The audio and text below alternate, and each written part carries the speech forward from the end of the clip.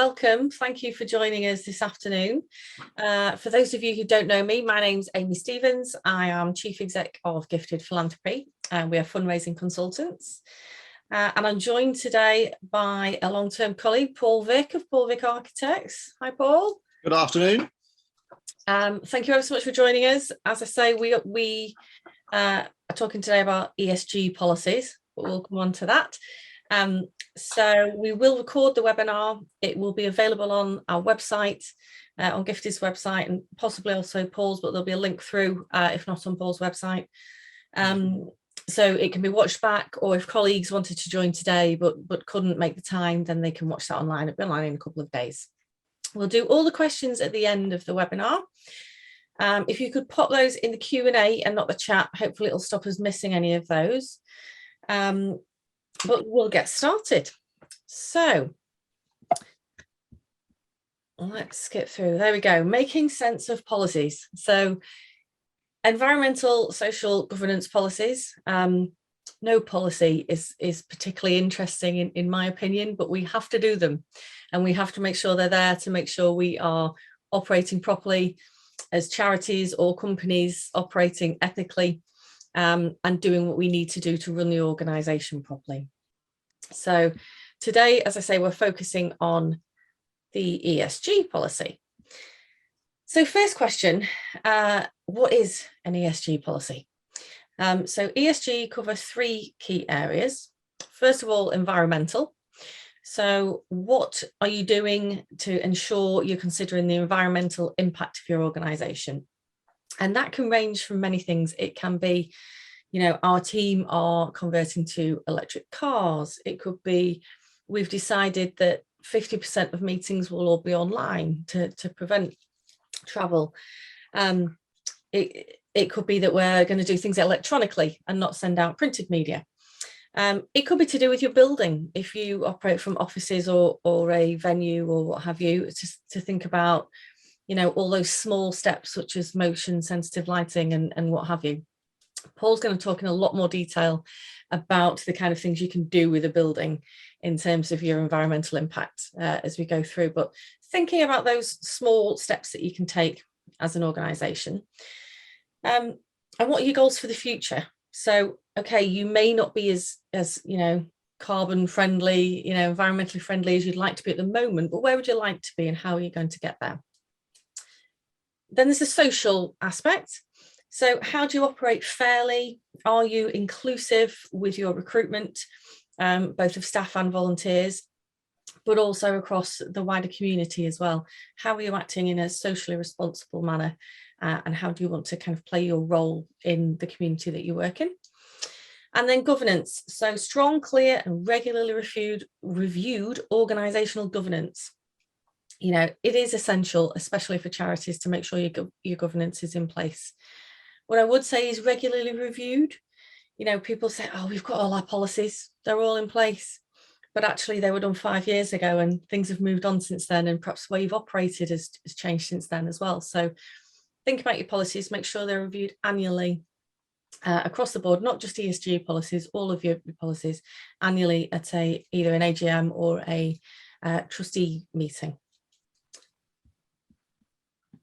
So I'm going to talk about what ESG policies mean for charities in terms of fundraising. So first of all, environmental. We all know the climate agenda, climate change agenda is increasingly important, not just in the UK, but globally.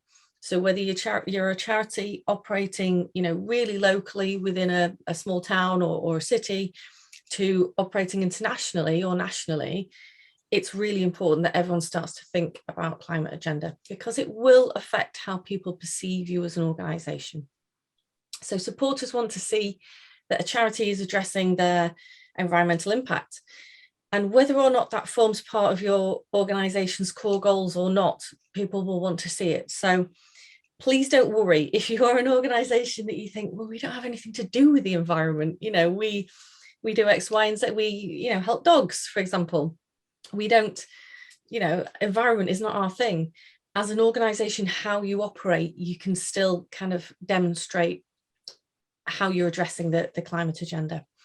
But don't panic that you need to be changing your objectives or anything in your constitution to say how you're going to, address the environment. If that's not what your objectives are as a charity, it's simply how you operate as a charity you need to think about.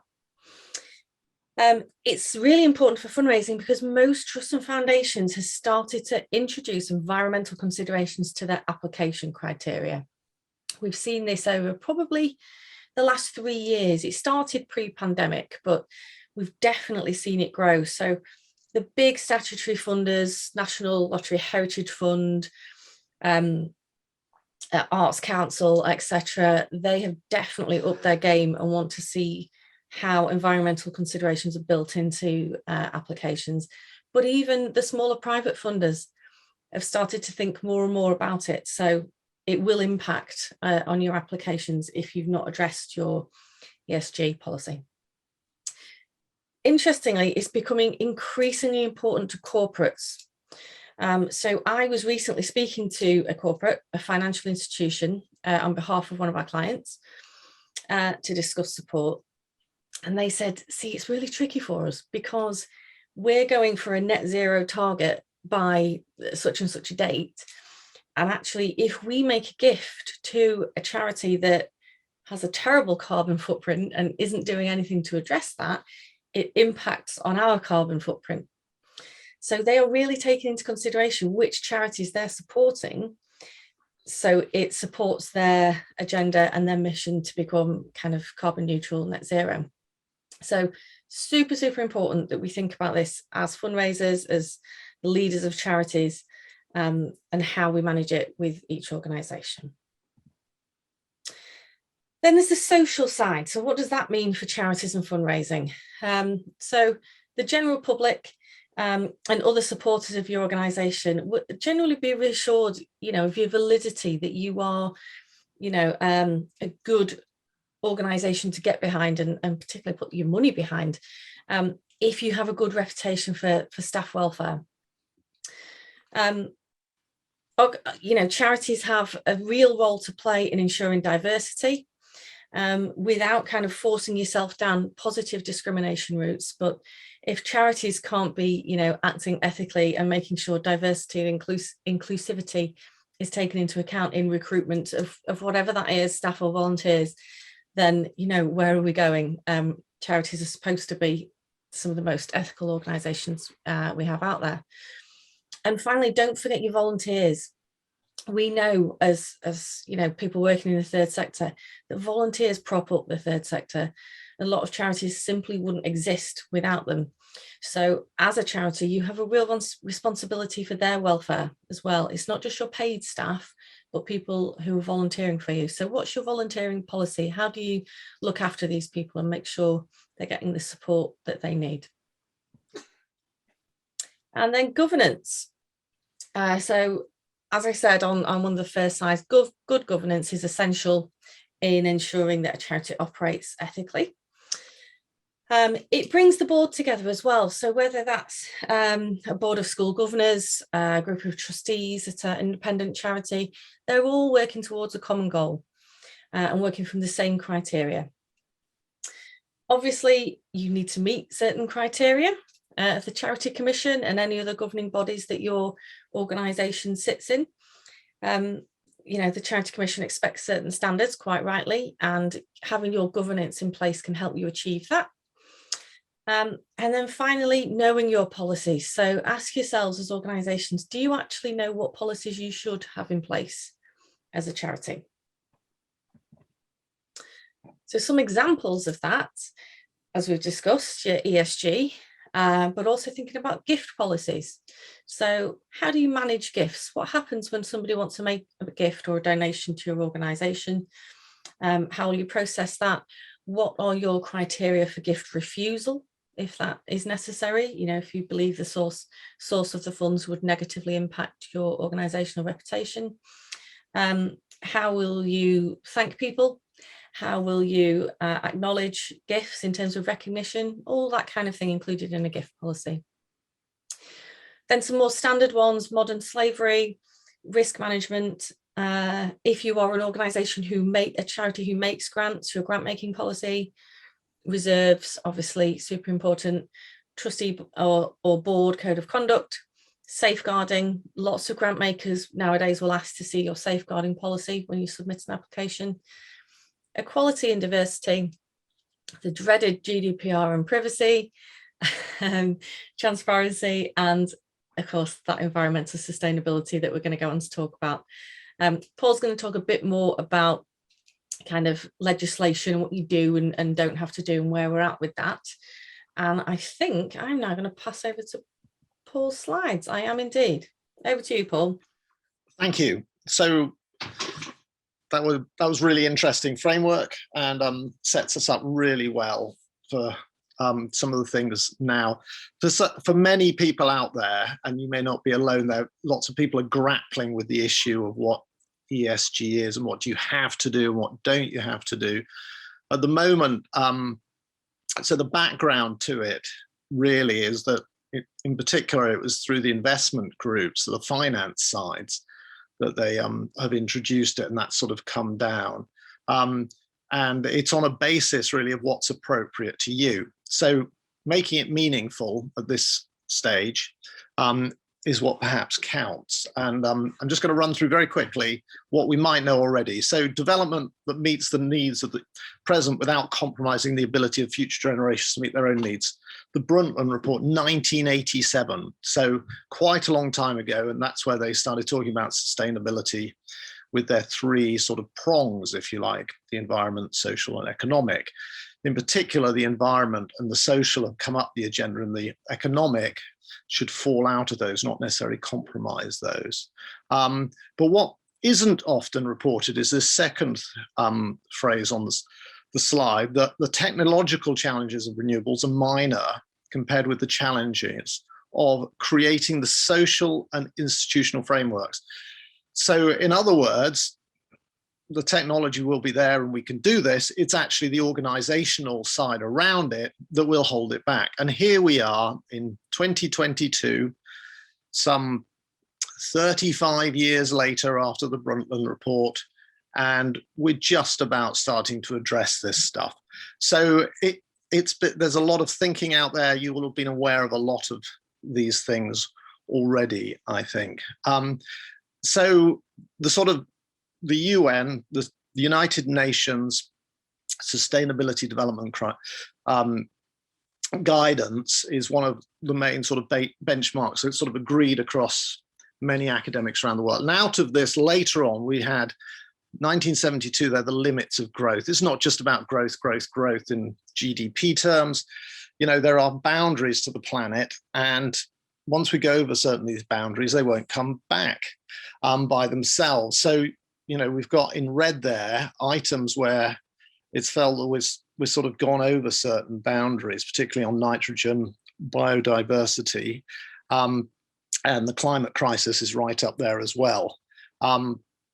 However, that sort of leaves out some other ideas around economy. And more recently, on the next slide, there's this thing called donut economics, if you like, where the social side has been introduced, that without the equity of everybody being involved and able to be involved, that it will be inequitable and it won't necessarily work basically. So this is a little later. So you see the outer ring is the planetary boundaries as we were looking at them just now. Climate change is over, nitrogen again, land conversion, biodiversity. So all of these sorts of things globally are on the outside. And then on the inside ring, these are boundaries that we need to sort of catch up with. So they talk about social equity, political voice, peace and justice, education, very important. And education is a really big one. I was at COP actually, COP26, the climate summit in Scotland. And, you know, one of the things they were talking about there was how do we deal with micro communication, just continuously introducing it. And now we're starting to see legislation. So that's sort of some of the economic background. And I encourage you to look up these things, and because they'll become increasingly mainstream. As you're saying that, Paul, you mentioned kind of people individually or working as a whole. Is that kind of the the background behind, someone saying, well, if one person stops using plastic straws, it won't make a difference, but if everyone in the world does, it will have a massive impact. Is that that kind of thinking? Yeah, that is definitely part of it. Yeah. And they're linked, and they're linked not just in their own sort of ethical way. If you don't get the climate right, then we've got a really big existential problem. If we don't get the social things right, the demographics, so birth rate, for instance, the most successful form of birth rate control is actually education. So that fits into then this process of how do we create that education, if you like, and how do we get people involved in health? Similarly, if you can do preventative health and you have healthy air pollution, for instance, then the economic costs come down. This is a different way of thinking about just selling gizmos, and it's better to avoid having to have a ventilator or an asthma thing, by getting the planet right, really. So it's a sort of just a different way of thinking, and that these are some of the economics behind it. And more recently, I was to talk with one of the GLA members in London, and he was asked, will this really happen, the zero carbon? And he said, look, the funding is behind it now. The finance is being forced. It will happen. So that is why this is becoming so much to the forefront, really. Yeah. Thanks for that. And the government have taken this on as well. So in 2021, the Build Back Better, our plan for growth. And again, it's split into like a few chapters. If you go to the next one. So these are the sort of chapter headings. Our plan for growth sets out the government's plans to support growth through significant investment in infrastructure, skills, innovation, and pursue growth that levels up every part of the UK, enables transition to net zero. So each of those in green are a separate chapter with a whole framework of emerging, firstly, consultations, white papers, and now moving, well, they've already moved in some instances with these pathways to legislation. So with building control, for example, coming along in June, there are going to be greater thermal requirements for buildings, and there'll be more ones on air tightness. So it's already coming through as a step change, and our government wants to get to net zero by 2050. Some of the councils want to be there by 2030, 2035. So it's going to be a bit of a push. We can talk more about that later. So it's already there. So how do we deal with this as architects, as people who've got businesses, institutions to take forward estates? And this is the way we start to look at it in sort of architectural terms, if you like. So there's use value, greater efficiency of operations. How do we do things better? How is it a better home? How is it a better museum? How is it a better place to work? Just in terms of use. Economic can be measured many ways as well: capital, rental, footfall, retailing. The social side, so the use economic, that was the Marxian dialectic. Add in some of these other things we're now talking about, the social elements, and we've got greater teamwork, community linkages, cohesion, becoming increasingly important post-pandemic as well, and in a different shape. And we'll talk a little bit about the social side. The environment has sort of impacts across everything. Carbon emissions is a really big one, but it's also healthier for us, a longer life, reduced sick days, an inspirational place, if you like, as an environment. So those things we started to talk about just now, and then other items that become very important in architectural, physical architectural project is identity. And you might see that as a brand, if you like. What is this building standing for? It, and as well as a sense of oneself and belonging and position in this world. Without identity, often we don't have any sort of reason to do anything, and we don't see ourselves located in this world. And then finally, the cultural side, and I see this as the sort of broader thing. So you get the Department of Culture, Media and Sport in that sort of sense, quite narrow, and visiting, leading visitor attractions, these sorts of things. But culture, for me, also sort of is a whole framework of how we have the habitual way of making decisions in our relationships. But it's not just about trying to make the most of each of these. It's actually realizing that if you've got a better social grouping, and it's a broader, inclusive form of offer that you have, the economic value ultimately will go up and be more resilient as well. So if the demographic changes, then a different demographic could come along. How are we attractive to them as well? So coming back to the driver that perhaps the money is behind this, these are ways of selling in the reasons why people should be doing this at a business level, if you like, at a corporate level. And bear in mind, this sort of ESG thing came out of the investors, and huge investors are doing it now, saying, look, actually, these are risks we have to show and be aware of from the get-go. So not only have we got to sort of feed into them, at the same time, it's relevant to our own institutions and ourselves moving forward. Yeah. So multiple values help each other on the long term, you know. Yeah, should we move on? So I'm now going to run through a few different examples, just to bring a sort of an awareness really of how to do this. And it is possible. And I'll be quite quick through these because there's a few slides. So we designed some time ago a low energy first age to third age house, you know, be life enhancing, if you like, first age to third age. So young through to old really. And as the transition happens in your life, from perhaps being single to married to children to getting old to a carer. And then the question then is, what is a building that makes you or helps you live longer worth to you, turning that value around? And that's a really, really powerful thing and feeds into this sort of holistic idea we've been talking about with ESG. These were the sort of things we found for this particular site, and they apply to many different sites, we'll see as well. So the locality was important to the client, the place, the people. The ethereal is sort of the invisible culture, our traditions, the way things are structured, and as well as the physical awareness. Control of the environment is one definition of meaning actually to people, and then feeds into the sense of longevity. And we're seeing that in some of the care homes we're involved in as well. And so an architecture that's actually designed with you in mind very directly is particularly, you know, good and strong. Low maintenance, ongoing costs.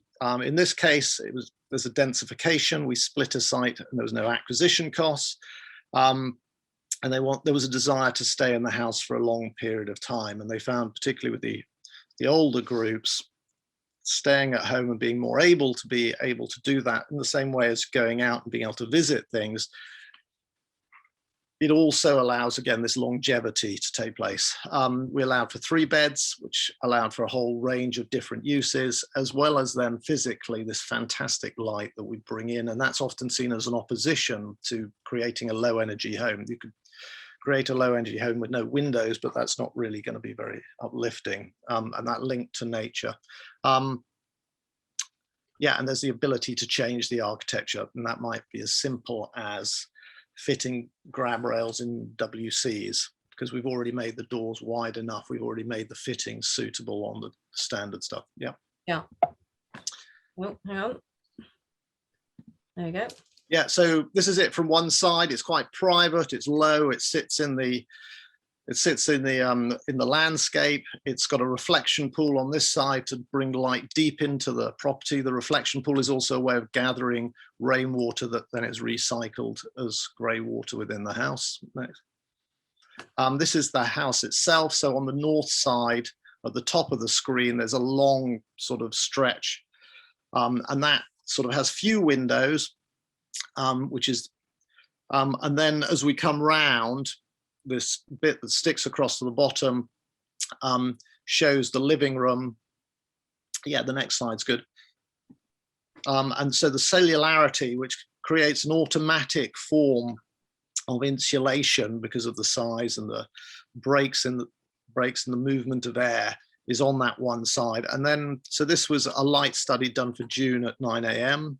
This is at 11, 2 o'clock in the afternoon, at 4 o'clock, and in the evening. So that living room there, and then much later at 8 o'clock. So the living room has this great light that faces out in the evening sun. You get light from 2 sides of this, this space, and it's actually quite tall in the middle.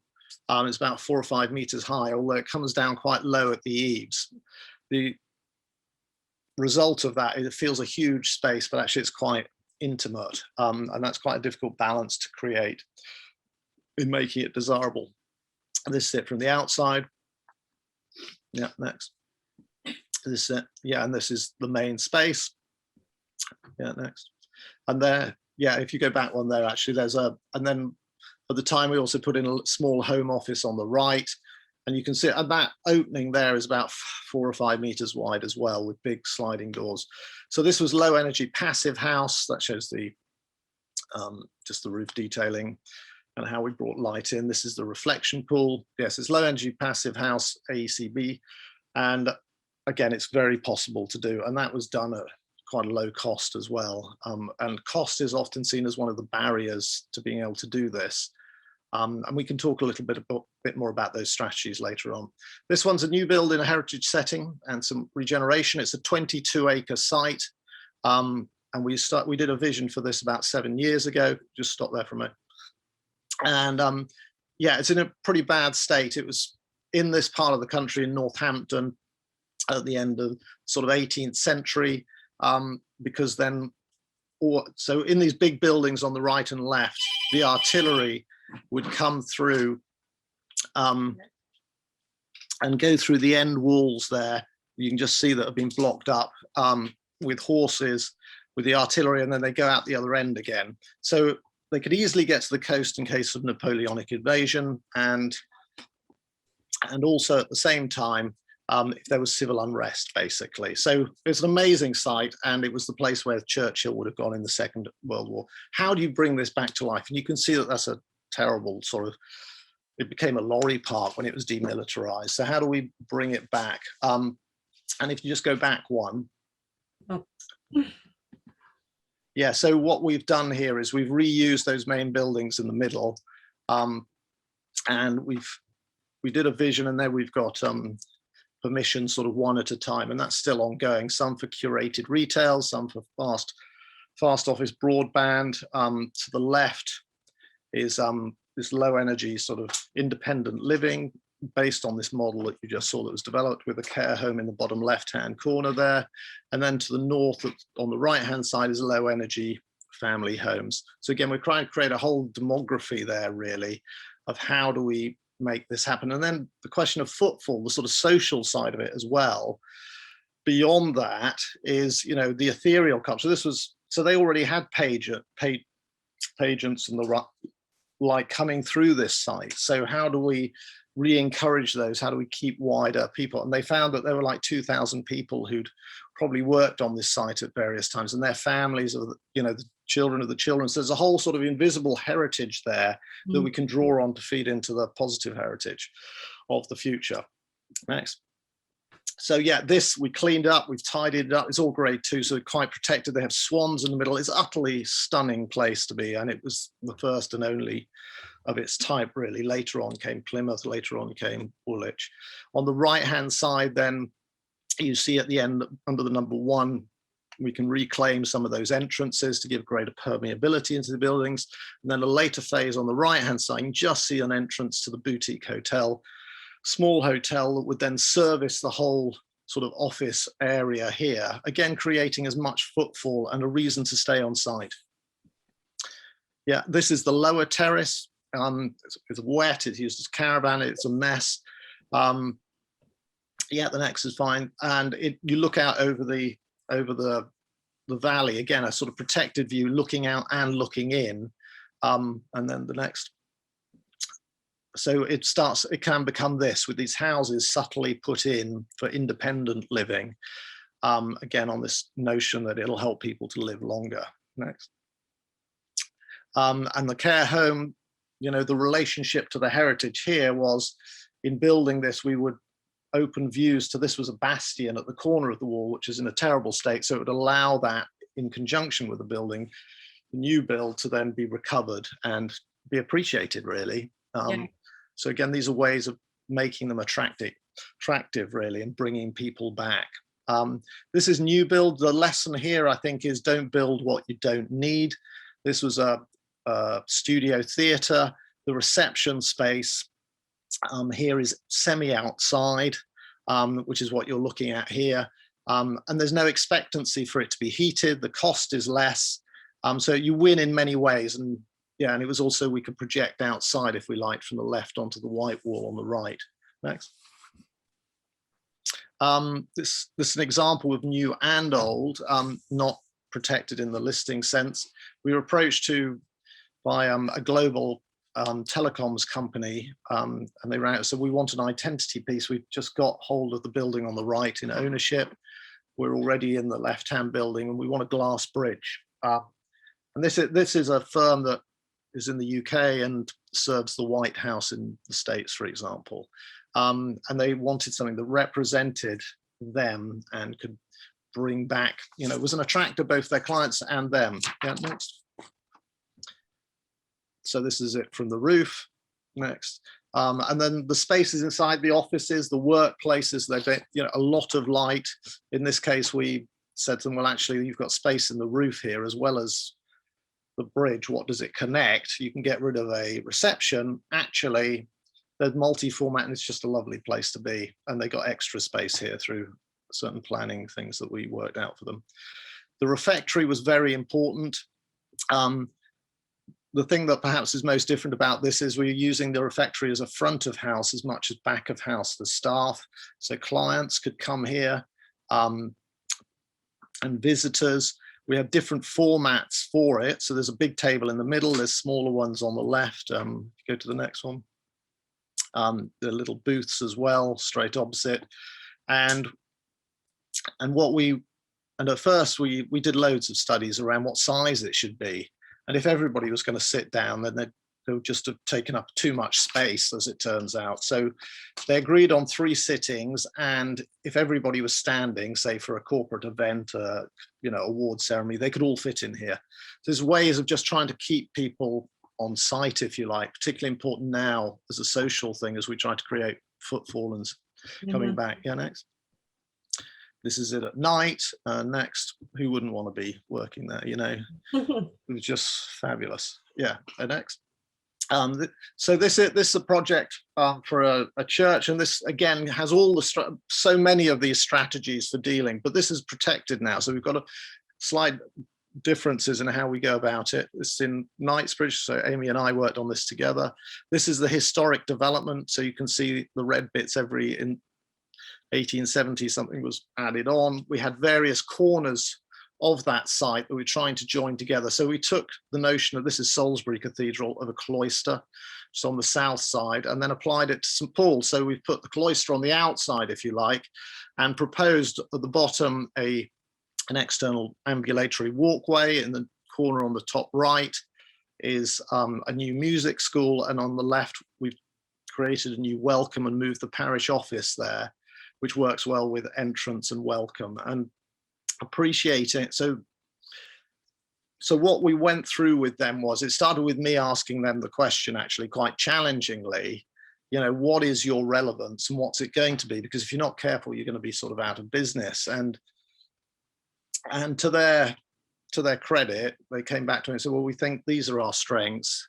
And one of them was they've got a professional choir. They're one of the few parish churches with a professional choir. So this was the room that was added later on just in that 1-story building. So we're looking to change that next. So into a music school over 3 floors, used really well in this space. And again, moving the office that was in it and behind it into a disused part of the tower, in fact. Next. So this is the entrance, had uneven pathways. Again, all about accessibility, really. How do you increase that? Next. So these are some of the things we started to think about. The main processional entrance down the middle, side accesses, ones on a day-to-day basis on the right, and using those doors either side that are not used so well.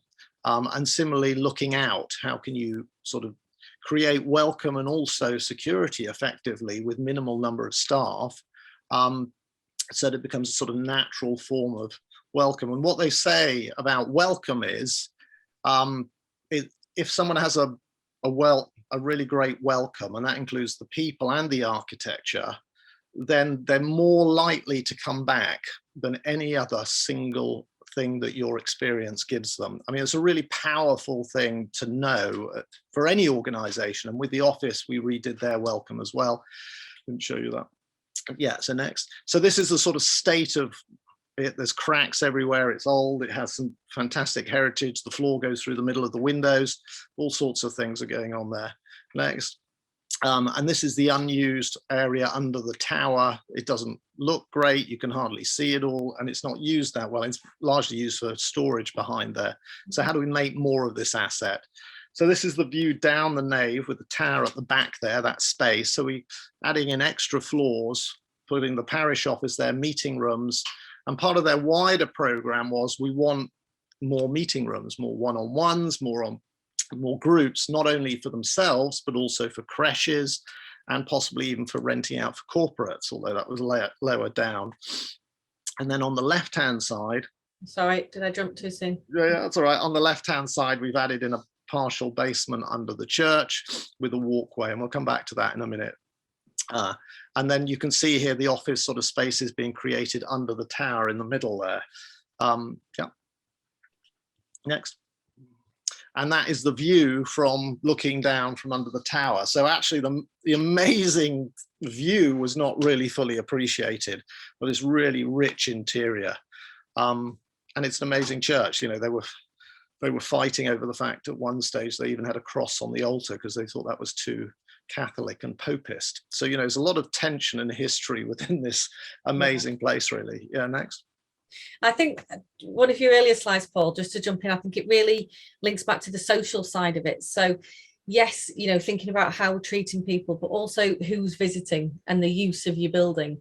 So, you know, if, you know, the entrance is uneven or the flow of people through the building is going to stop somebody with a disability entering the building, then you're not fulfilling your objectives in your capital build that you might have in your policy that says, yes, we do everything we can, but it needs to be thought about at early stages, doesn't it, in the planning of the whole building? Oh yeah, massively. And in this case, we weren't allowed ramps at the front either because it was grade 2 listed. And so we found alternative ways of doing that, which we succeeded in doing. Yeah.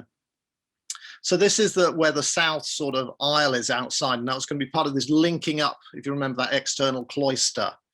Yeah. And one of the things that this sort of conversation pushed, they said to me, oh yeah, well, we think we're good at music and we have a whole sort of counselling and bereavement thing as part of our program, as well as big events, and they're quite well known for some of their events.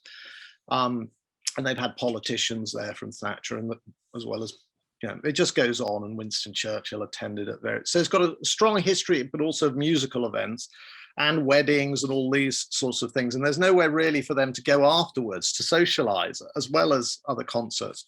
So this started to say, well, actually, it could be more than just a walkway. It could be a place where you decant. And also it could be a place where you can get an affordable coffee in a place where it's quite difficult to get an affordable coffee. So again, this accessibility thing became part of the architecture at a sort of business level, if you like. And then thirdly, their sort of program bereavement, again, it was a dialogue really of pushing them. They said, actually, we could have seminars here for bereavement and counseling and have a proper, you know, proper place for this. And the consequence of that was, it's the next slide actually, is we then started looking at the different ways tables could be arranged in that space, and then have breakout rooms in the other spaces that we will have now created in different parts of the church complex. So suddenly it gets an extra layer of added value by bringing them together. Yeah, next. And yeah, this is the proposal basically. So again, you know, just be a fantastic place. And there are benches on the left.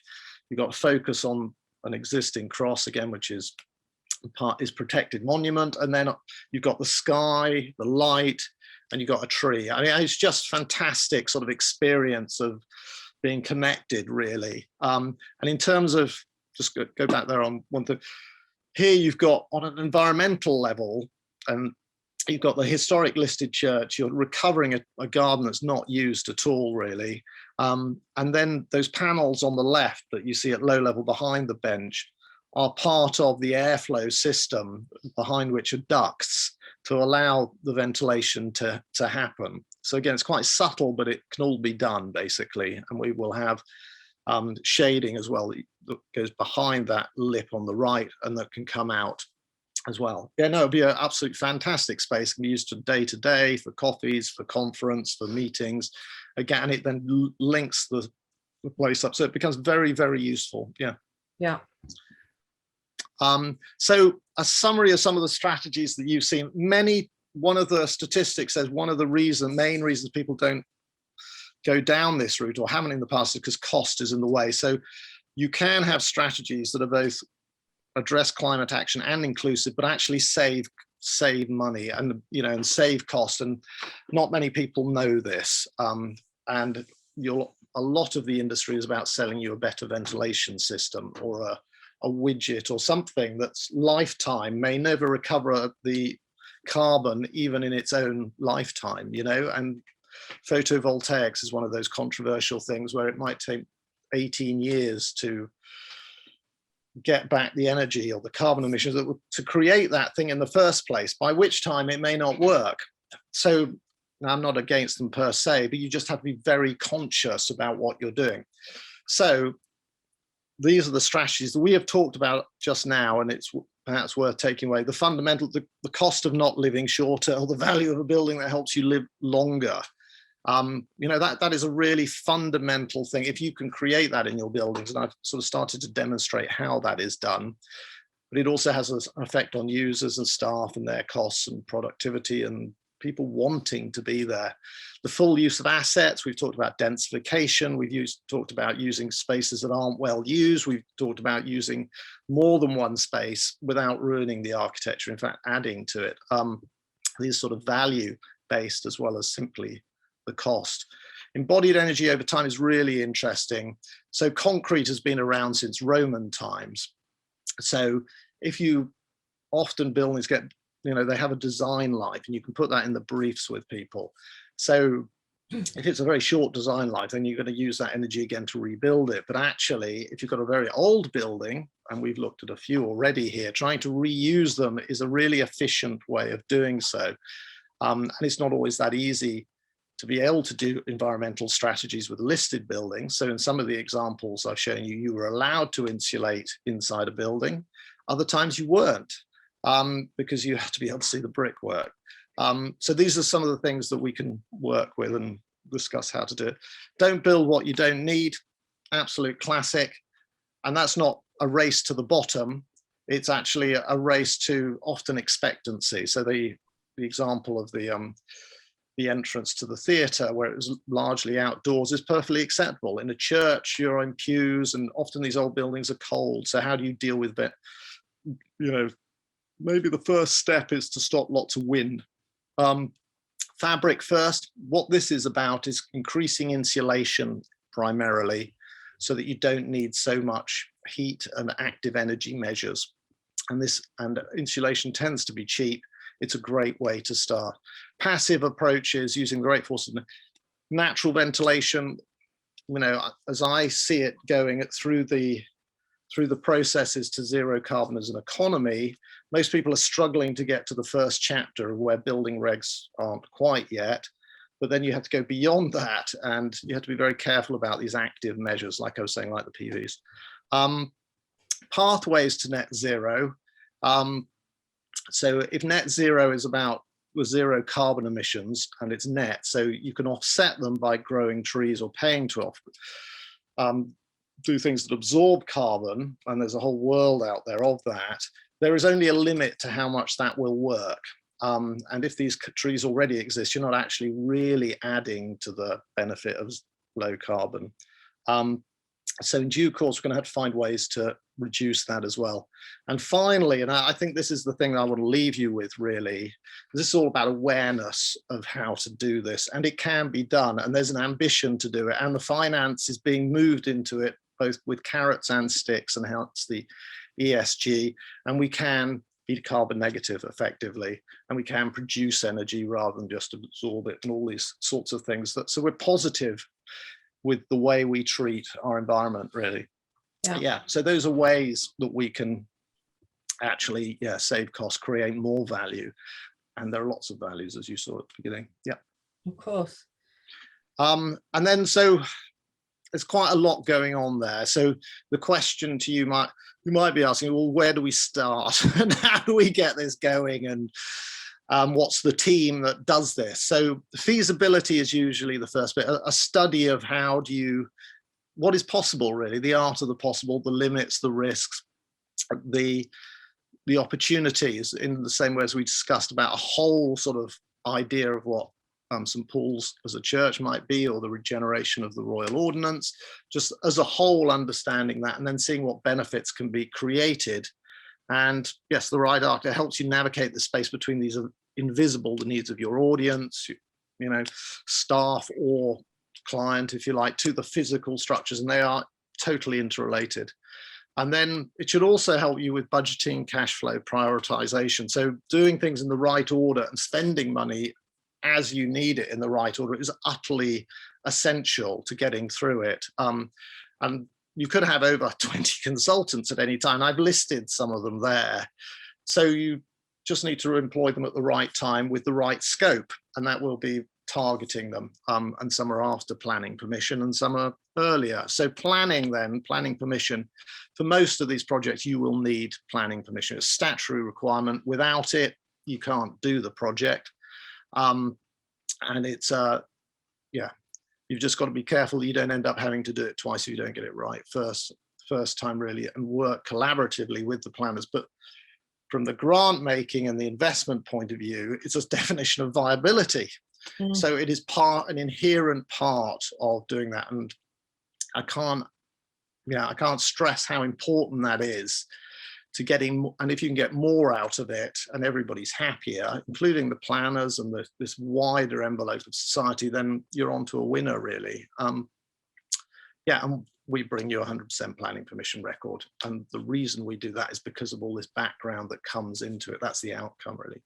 Yeah, you took the words out of my mouth, Paul. What I was going to say there was, I think because you have such success with planning is because you take your clients through those steps. And hopefully everyone, you can see where we're coming from a charity perspective, in terms of, let's say you have a capital new build. How do you make sure that's the right thing for you? Bringing in the ESG policy into action in the building. So not just saying, we'd like to achieve X, Y, and Z, and the impact it can have immediately on securing funds. So I talked about the grant makers and the corpus, etc. But actually putting that long term into your vision for whatever it is you're building, developments to a church, a hospice, a hospital, a school, whatever, and making sure you think about it. And Paul and I have had these conversations for years now. And I remember the outside entrance one you explained to me previously, Paul, and saying, actually, this client had a vision for what they thought people wanted, which was, much grander and more expensive, and didn't actually meet the needs because it might, cost more, etc. And it's about use, isn't it? I think that is really critical. How are you going to, whatever you're building, how are you going to use it? Or your current building that you want to improve, how do you use it? How do your users engage with it?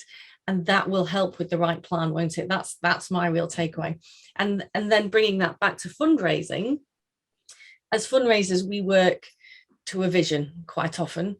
People have a vision for a new build, and it's going to achieve these goals and have this impact. And to a certain extent, we can deliver that on a fundraising term.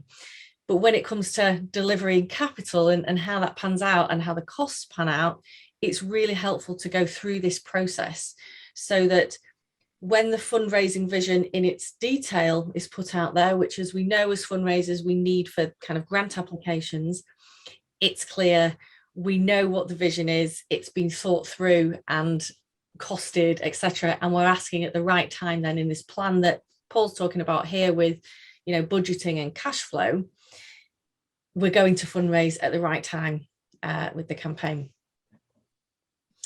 Yeah. So the relevance of ESG. Yeah, so this is, why is this just is a summary, really, coming back to, we talked about what it is, we've talked about strategies for doing it particularly cost effectively and value wise, and how this process might. So just coming back to why it's important again, the government's already published a strategy for the financial sector. And we talked about the BEIS, they're called, the Environmental Industrial Strategy. They're looking to make this legislation of ESG reporting for investors this year, possibly next. So it's going to be very real to these people. And this applies to the commercial sector as much as any of these others. And we've already seen massive funds do this, and seeing it as fundamental to looking ahead and keeping the value of their assets. Environmental legislation, infrastructure is already been changing it, and that route map is laid out. We've talked about the building regulations, and planning requires them increasingly at an early stage. And these ideas of social inclusivity and patterns of operation, we're seeing this right now through the pandemic. We're seeing it through changes in behavior, in social equity and change. These are already here, and we're already probably practicing them, whether it's under the Companies Act or the Charities Act or all these other things. They are statutorily there largely, and they'll just be strengthened. And you've already probably had corporate and social responsibility targets in the past. And obviously these governance issues are really important. Transparency, and how do you do that and ask the right questions? And this partly is what perhaps Amy and I are trying to do here, is allow you to ask the right questions. I don't know if you want to add anything to that. No. And we'll move on to questions, I think, on that note. So let's see if we have any in the chat. Yes, so we've got a question here from Helen, which is a great question, and was what I was going to pose to you, Paul, which is, what can we do with existing buildings? So Helen's asking, do you have any advice on what can be done with existing offices? So we've talked a lot about new build, but there will be clients of ours and charities throughout the country who have a building that they want to improve and really aren't sure how to go about it. What advice would you give to Helen and others on that? And she said it's a 1980s building. Yeah, so there are lots of things really. And in fact, we were asked by the Corporation of London to start talking to them a little bit about this question, because they obviously have a lot of offices in the city. So that it's multi-layered again. Let's start with the use side, if you like, the social side. One of the big issues with offices now is, how do we get people back to work? And there's a lot. And a lot of the sort of the stereotypical side of this is often in the public sector. People are increasingly wishing to see more working from home. In the architectural world, we see the planners, we see building control officers working increasingly from home. This has actually slowed down the process often because their Wi-Fi isn't strong enough to take all the thousands of drawings that have to go through their system. On the other side, you have, there has been a trend of this hybrid working. Do people work Tuesday to Thursday in the office? Do they work Monday to Thursday? So has the demand gone down? That is a question. Do you just simply need less space? And does that mean you take up less space? So landlords and the rest of them are sometimes finding that their tenants just are saying, we only need half as much space. Lawyers might be a typical example. On the other side, so there's all these questions, and as cities and towns, there is a desire to get footfall back. And if it's an office within a larger sort of institutional sort of event type space, that might work in itself, in that the people receiving are also doing administrative work, etc., etc. So the notion of what you're doing in that office is really important. Some of the strategies. I've got some stats here, actually. It's funny you should ask, because there was a study done. How important is building sustainability and employee wellness in attracting office staff back to cities for your clients?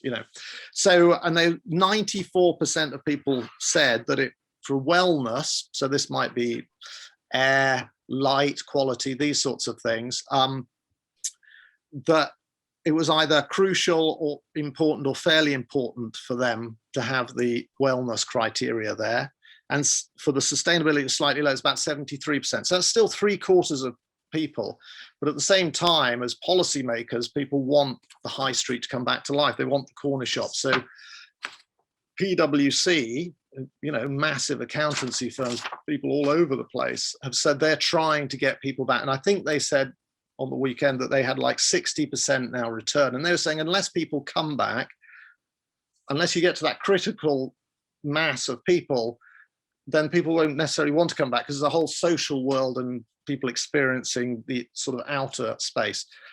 So that's sort of the use side of it, if you like. And we can talk, there's a whole seminar in that in itself, in a way. And then on the building itself, there are questions then of, how much perhaps do you have to strip back of the building to renew it and to make it environmentally sound? And trying not to knock things down tends to be, it uses less carbon and energy on the whole, unless you can create a lot of intensity, usually more than double the area. It's the investment rule. So it might be you pull off. So, and again, there are different layers within a building. You might change the windows. You might make sure the doors work. You might have a different form of cellularity to stop ventilation. You might decide that the M&E, the mechanical electrical plant, is really out of date, and we should be insulating the building to a higher standard, and then just using less energy. And obviously that will reduce energy costs, especially if you own the building. And that again ties in back into people wanting to come back to work. And in so doing, you refurbish and redo the finishes. And you shouldn't forget that IT is really important to communication, both in terms of, within the office, but people going off site and working remotely. Those are the sorts of strategies. So what I'm getting, Paul, is it's quite bespoke to each building and how it's used and what it's made of and the restrictions placed upon it, really. But there are things you can do to improve your environmental sustainability as we go along. Yeah, and we've done a low energy passive house retrofit. Again, there are different ways of doing it depending on the structure. Concrete is harder to do, but than say timber, with the floors. Okay, we are close to time, and that's currently the only question we've got, but I've got a question for you, Paul. So in 2 minutes, can you explain to me, you're going to hate me for this, what does zero carbon actually mean in terms of this organization is now zero carbon? Yeah, that is great. So that is a really good question, and you wouldn't be the first to be asking that question.